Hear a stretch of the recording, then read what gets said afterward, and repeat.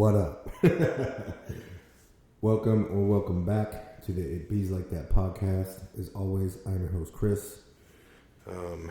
Here on this fabulous Sunday afternoon. It's only 1:17. It feels a lot later than that. Anyway, I felt this topic was fitting. I made an episode on it previously, but I'm not gonna upload it just because I'm fucking around with my stuff. Anyway, I'm not gonna upload it. I decided to redo it. I had a conversation with my wife about it. We both got a giggle about this topic. Anyway, so I was watching a video by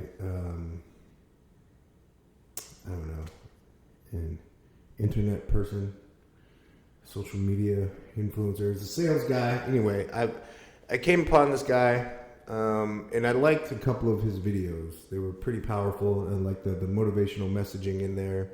But as with things like this typically go, and this isn't an original thought by him. I've heard this from other influencers and so-called hustlepreneurs, whatever. They just have this, I get mindset and how important it is. But I guess I have to acknowledge that there's an approach that's effective and that works for the individual. I just think what I'm about to share with you is hilarious, and it's a ridiculous idea. Anyway, it goes like this, and then I'll expand, kind of unpack my feelings on it. So, the video, this guy's delivering a message or a speech to a room full of people. I think at like a mastermind. Those are really popular now, but this is a sales mastermind, and he's trying to motivate people. And this is what he said. He said, if you can't take your mind or take yourself by power of your mind from point A to point B like that, then you're mentally weak and you're effed and this and that and all of these colorful expletives, which I don't have any problem with cursing. I think that they're great for punctuation and emphasis, and sometimes it's just fun to cuss. You know, a few perks of being an adult, that's one of them. Anyway, he gave an example of how he motivates himself, and it was when he struggles to find motivation, or motivation is low for him to get up, get ready, get to the gym and train.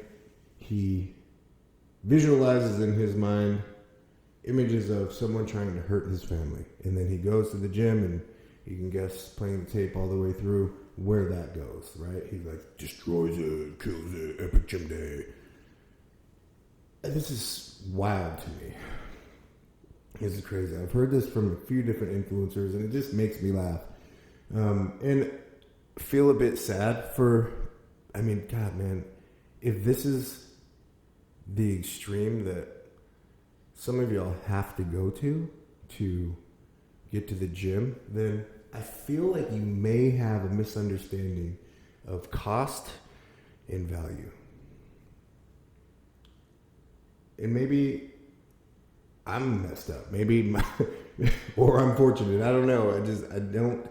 This logic doesn't track well for me. I can't find a reason how that would, picturing someone harming my family, how that would put me in a space mentally, spiritually, and emotionally to want to go. The last thing I'm thinking about doing is go to the gym. I don't want to go do arms or legs or chest. I've just pictured in my mind some of the most horrific experiences that any person, man or woman, can imagine. How that motivates one to go to the gym and train is beyond me. Like, you may have some pathology that requires medication, or at the least sustained therapy or something, because that's wild to me.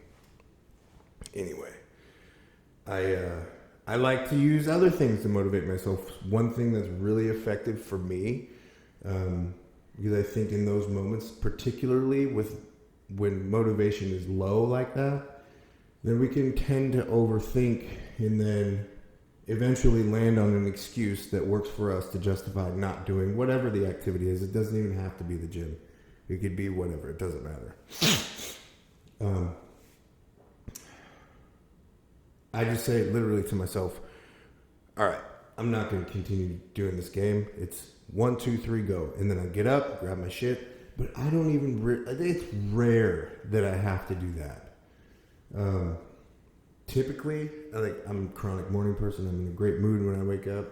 My heart is warm. I'm ready to receive good. I'm ready to get up, eat breakfast, let that chill, drink some electrolytes, get dressed, make it to the gym, let the dog out, do whatever, the morning dailies. And then I usually have a really good workout. Not all of them are as powerful or intense, but I really don't struggle with motivation like that to get to the gym, because I understand that the cost is nominal compared to the value that these practices and habits are going to add to my life. Because it's not just, sure, I love bodybuilding and I plan to compete for the foreseeable future, however long that is, 5, 6, 7 years, whatever. But I'm not, I guess the cynic in me wants to resist some of the more commonly used things. I go to the gym to battle my demons. Okay, man.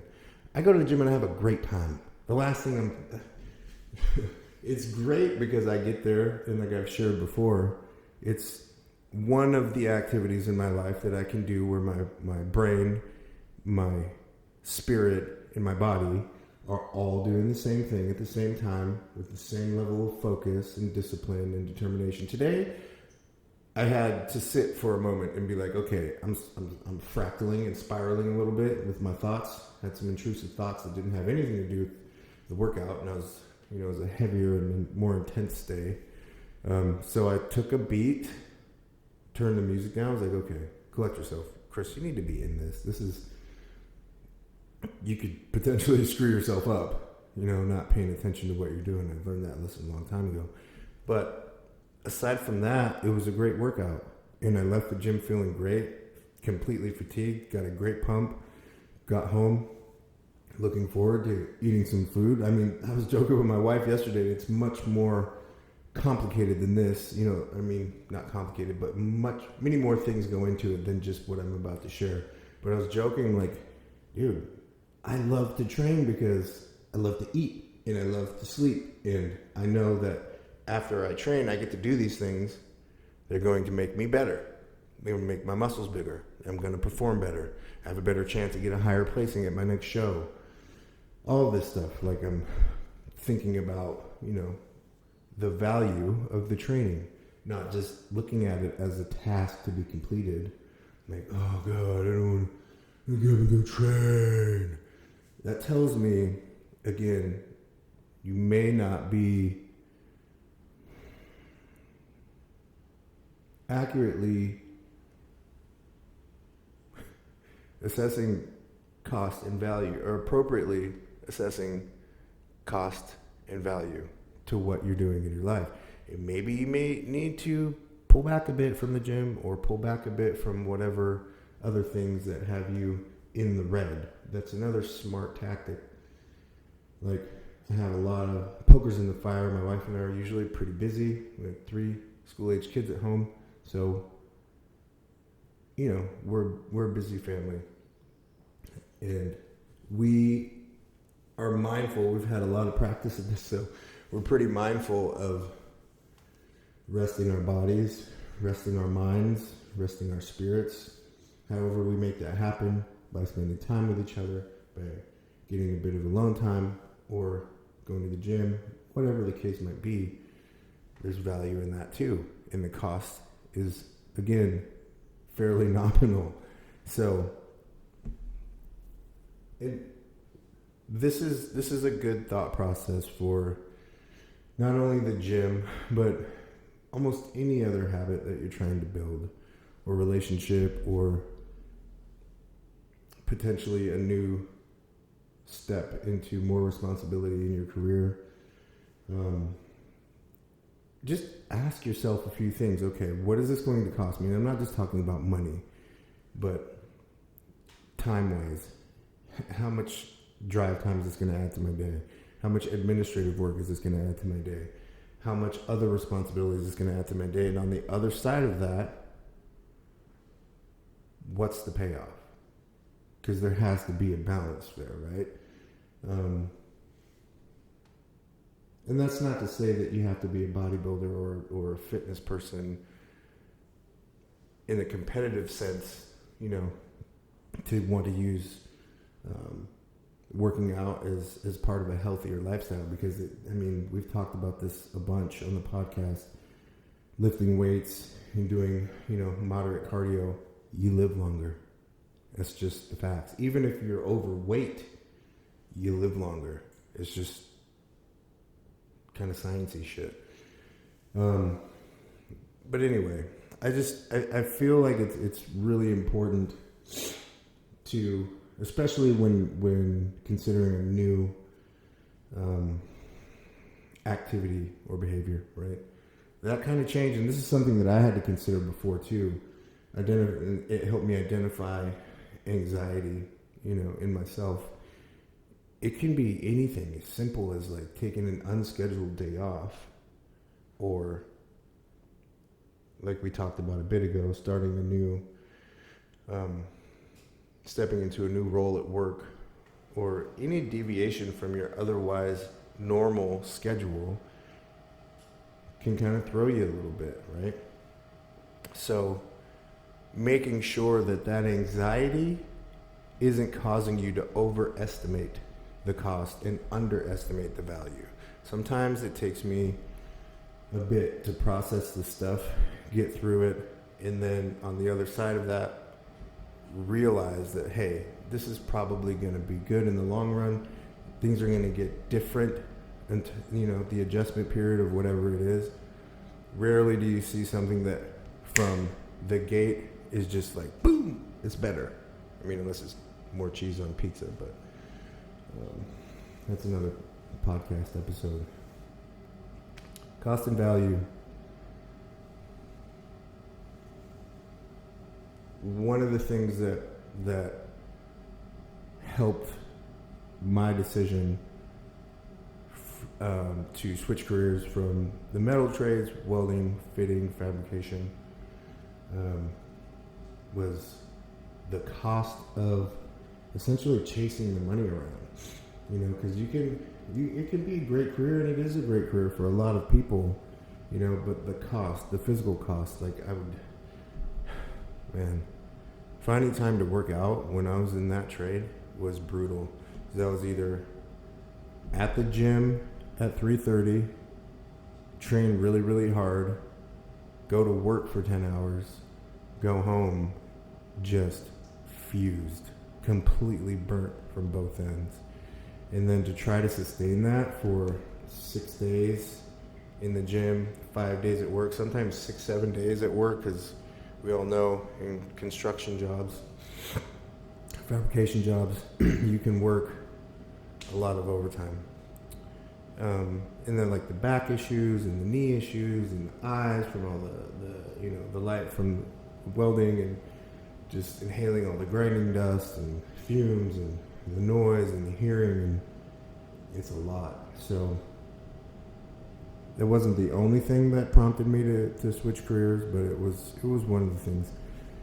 Some of the other things were our experience with the family court system, and I was like, all right, well, I'm gonna get into something else and see if I can be a catalyst for change, using my experience as a catalyst for change. And also my issues with addiction. You show me a dry shop or a shop where at least some of the people don't drink and smoke weed,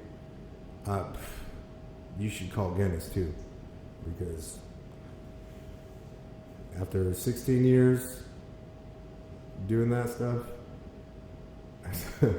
it was everywhere, and it's tough to get away from. And that was one of the challenges for me with staying sober, was that, it's just always around, when it's, even in conversation, or guys at lunch going to get drunk, or smoking weed, or whatever the case might be. But yeah, man, cost and value. How much does it cost? And what is its value? And this is a subjective,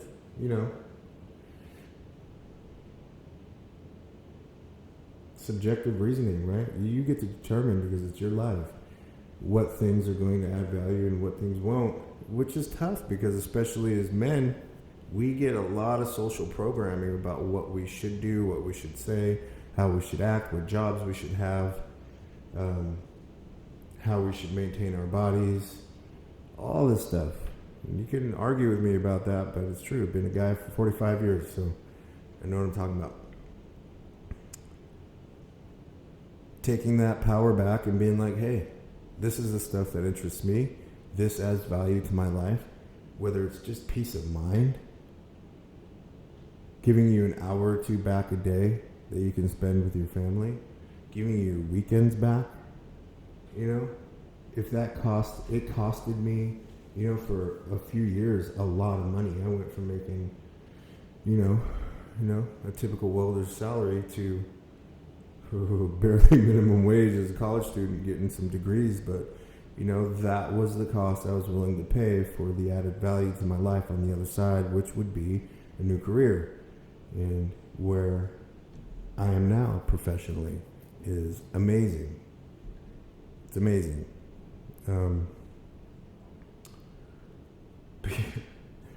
Yo, if I don't want to do those heavy squats, I got 405 on the. And I don't squat that. I don't squat like barbell back squats at all, unless it's a Smith machine. But there's just, I don't want to use 405 pounds barbell back squats. So I just picture someone trying to murder my family, and I just crush those squats.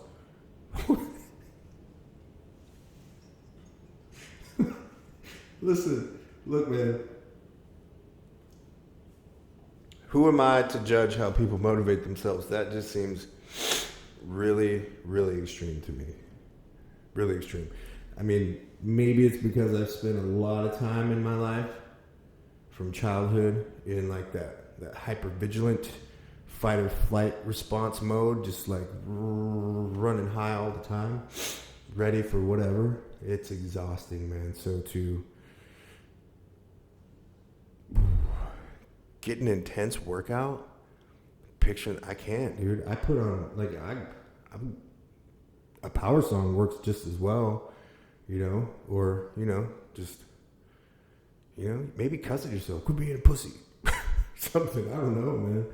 But that kind of stuff, I have to fight those kinds of intrusive thoughts, right? Like most of us, I think we don't want to just invite that in. Ooh, maybe I'm just not cut like that. I don't know. It just seems really wacky to me. I don't know. Because the thing is, joy and excitement, happiness, fun, all this kind of stuff I get from training is just as powerful. Love is just as powerful as fear and hate and anger. I would say more powerful, because love heals. Fear, hate, and anger don't heal. That only hurts. So, oh God, I can only imagine. You probably don't have to do that. Or I'd hope you don't have to do that more than like once every 6 months. Because if you're doing that, like if you have to do that every time you train legs, if you're training legs right, like twice a week, you have to get into it. Oh man. I feel for you, brothers. I feel for you. I don't know. Drop a comment. Y'all shy with the comments. My wife isn't. Shout out to my wife. She's in the comments, which I appreciate. Y'all should follow suit. I know y'all watching. Don't be shy. It's okay to comment. You don't have. No one's gonna make fun of you. No one's gonna flame you. We invite the comments. Good from any source. You know what I mean? Just don't get in here being disrespectful, because I'm gonna just block you or delete your comment. But how do you motivate yourself? How do you appropriately determine cost over value? the things in your life? Are you stuck? Are there things that you really, really like to do, but you don't know where to make the space? That's another thing that we do. Most of the time, most of us have so much on our plates that it's really difficult to add something new. So you won't hear me say this often because I don't want to give people a way out or a reservation road.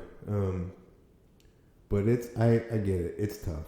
We get into this routine and we have things at work, and we just feel like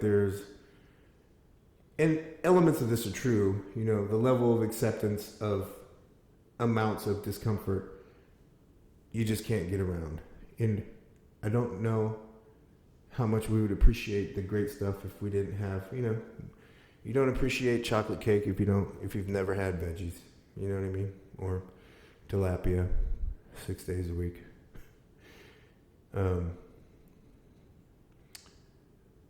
But trim the fat a little bit. Find areas in your life, just sit down and if you have a partner, someone, just talk to them, be like, hey, I'm afraid to take this new step, but I really want to, and I think this could be really beneficial, not just for me, and maybe it is just for you, and that's all right too. Maybe it's just something that you need for yourself.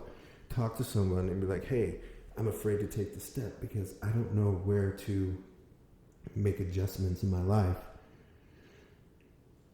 to add something in. There's no room.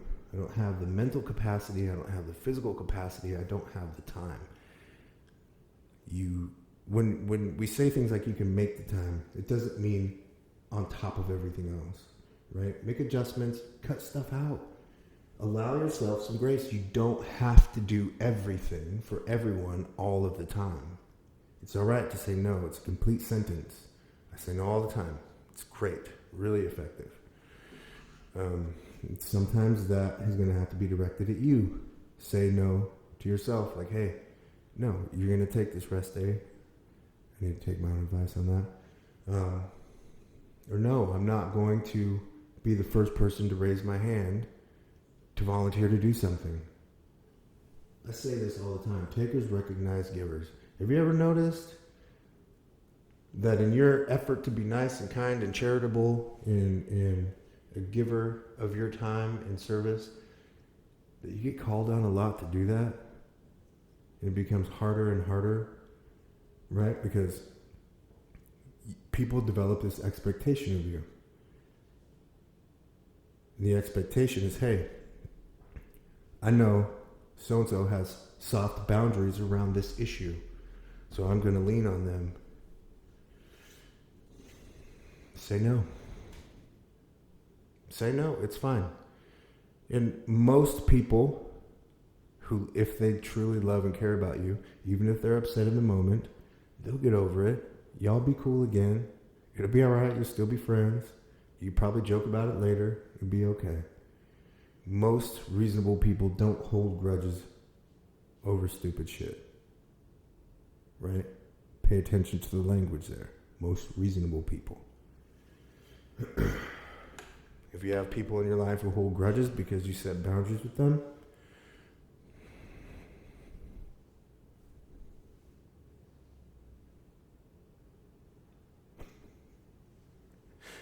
oh yeah. Anyway, if you didn't do it on the way in, think about doing it on the way out. Hit that like, subscribe, post notification bell.